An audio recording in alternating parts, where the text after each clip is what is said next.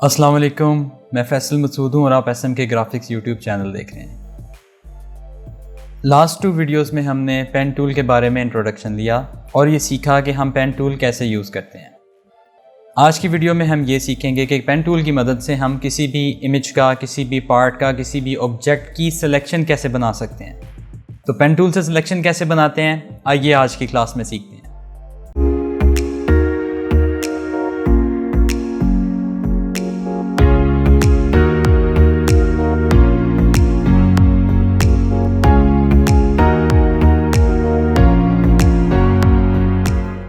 जी, तो हम यहाँ फ़ोटोशॉप में आ गए हैं। हमने एक इमेज को यहाँ पे ओपन कर लिया है। आप एक कप केक को यहाँ पे देख रहे हैं। अब इस इमेज में हम करना ये चाहते हैं कि हम इस कप केक को सिलेक्ट करना चाहते हैं पेन टूल की मदद से। आप यहाँ पे देखें, अगर आप कोई दूसरी टेक्निक यूज़ करेंगे सिलेक्शन की तो वो आपको इतना अच्छा रिज़ल्ट नहीं देगी। क्यों? क्योंकि आपके इस ऑब्जेक्ट के और बैकग्राउंड के दरमियान कंट्रास्ट कुछ जगहों पर बहुत कम है। आपका बैकग्राउंड का और ऊपर वाले ऑब्जेक्ट के दरमियान जो डिफरेंस है कलर का वो बहुत कम है, यानी कि कलर एक जैसे हैं बैकग्राउंड के साथ। तो ऐसी जगहों पे आप पेन टूल यूज़ कर सकते हैं अपनी सिलेक्शन बनाने के लिए। हम पेन टूल पे आ जाते हैं और इसको सिलेक्ट करते हैं। हम यहाँ राइट साइड से स्टार्ट कर लेते हैं।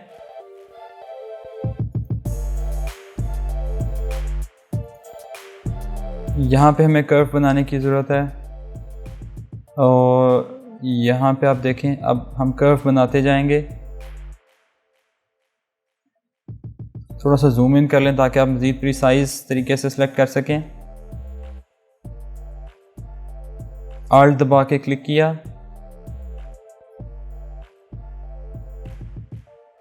आल्ट दबा के क्लिक किया, आल्ट दबा के क्लिक किया।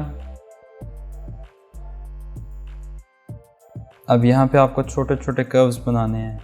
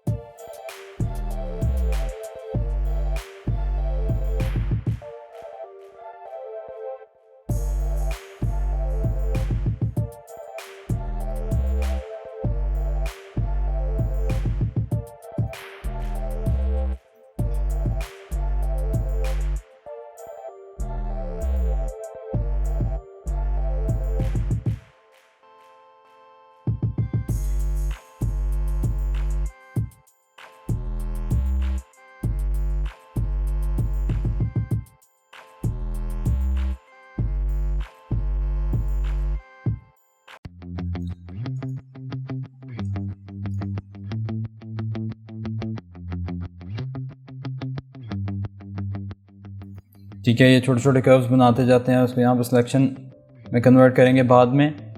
हम ये सबसे पहले इस पाथ को कंप्लीट करेंगे।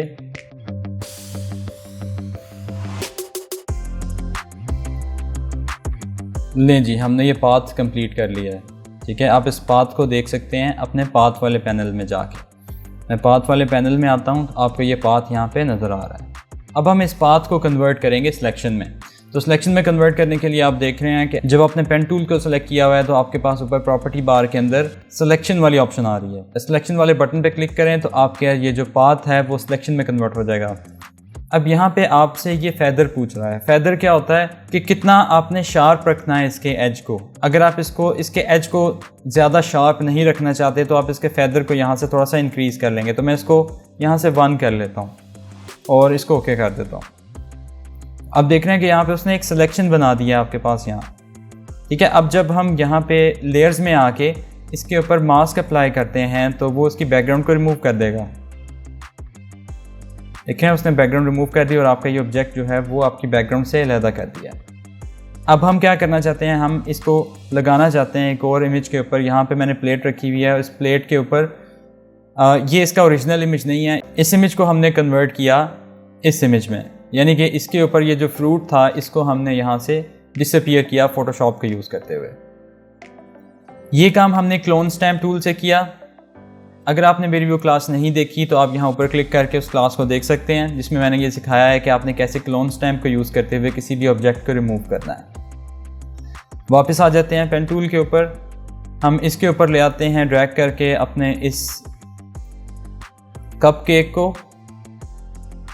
और यहाँ पे लाके इसको ड्रॉप कर देते हैं इसके ऊपर। कंट्रोल टी से इसको ट्रांसफॉर्म करेंगे, यानी कि थोड़ा सा छोटा करेंगे उसके मुताबिक, और यहाँ पे लाके हम इसको प्लेस कर सकते हैं।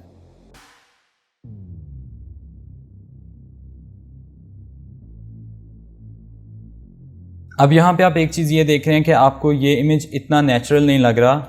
वो इसलिए नहीं लग रहा क्योंकि ऊपर वाले पार्ट का और नीचे वाले जो आपकी बैकग्राउंड है, इनके अंदर लाइट का डिफरेंस है। तो आप देख रहे हैं कि नीचे लाइट थोड़ी सी कम है, ऊपर वाले पार्ट में लाइट थोड़े से डिफरेंट एंगल से आ रही है। तो हम इसको चेंज कर सकते हैं फ़ोटोशॉप से।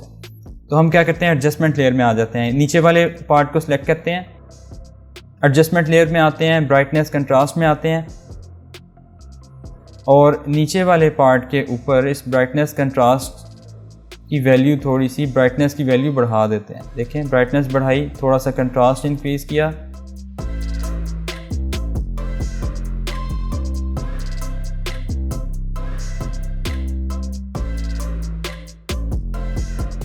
एक और चीज़ आपने यहाँ पे नोट की होगी कि आपका ये जो कप केक है, इसका नीचे से शेडो नज़र आना चाहिए इस प्लेट के अंदर, तब ये आपको नेचुरल नज़र आएगा। तो शेडो बनाने के लिए हम इसको शेडो भी बना लेते हैं। इसको कंट्रोल आल्ट दबा के मूव टूल से इसका डुप्लीकेट ले लेते हैं, इसको कंट्रोल टी से फ्री ट्रांसफॉर्म करते हैं, राइट क्लिक करते हैं, फ्लिप वर्टिकल करते हैं, इसको उठा के यहाँ पर लगा देते हैं। अब इसको हमें करना है डार्क, ठीक है, इसको हम डार्क कर देते हैं और इसे उठा के नीचे ले आते हैं इस लेयर के। इसके ऊपर हम क्या करते हैं, इसके ऊपर FX में जाके कलर ओवरले लगा देते हैं, ठीक है, कलर ओवरले। और यहाँ से हम इसका कलर जो है वो ब्लैक सेलेक्ट करते हैं, इसकी ओपेसिटी थोड़ी सी कम कर लेते हैं ताकि थोड़ा सा डार्क नज़र आए। उसके बाद हम इसकी ओपेसिटी कम करेंगे,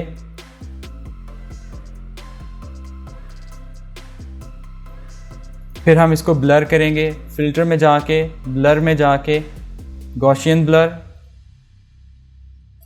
और इसका रेडियस बढ़ाएंगे। जब हमें नेचुरल रिजल्ट नज़र आएगा तो हम इसको यहाँ से फाइनल कर देंगे। ओके करें। अब इसकी जो नीचे वाला पार्ट है, इसे हमें रिमूव करना है। तो हम क्या करते हैं, इसके मास्क के ऊपर ब्रश टूल लेके ब्लैक कलर लेंगे और इसका जो हार्डनेस है थोड़ी कम कर लेंगे, इसका साइज़ थोड़ा सा बढ़ा लेंगे और यहाँ पे अप्लाई कर देंगे।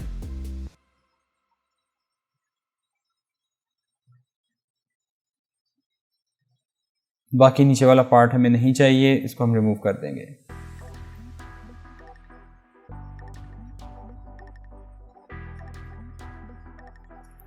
थोड़ा सा मज़ीद रिफाइन करेंगे इसको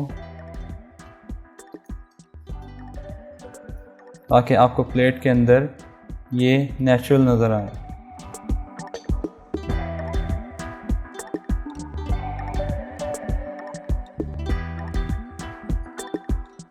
इसकी ओपेसिटी अगर आपने कम करनी है, थोड़ी सी मज़ीद कम कर लें। जहाँ पे आपको नेचुरल नज़र आ रहा है वहाँ सेट कर दें, यहाँ पे ठीक है जी। तो मैं उम्मीद करता हूँ कि आपको आज की क्लास भी अच्छी लगी है। हमने पेन टूल को यूज़ करते हुए सिलेक्शन की और उस ऑब्जेक्ट का बैकग्राउंड चेंज किया। इसी तरह हम किसी भी ऑब्जेक्ट का कलर चेंज कर सकते हैं या उस ऑब्जेक्ट को किसी दूसरी जगह पे मूव कर सकते हैं और बहुत कुछ कर सकते हैं। नेक्स्ट क्लास में कुछ नया लेके आऊँगा इंशाल्लाह। तब तक के लिए मुझे इजाज़त दें। बहुत शुक्रिया। अल्लाह हाफ़िज़।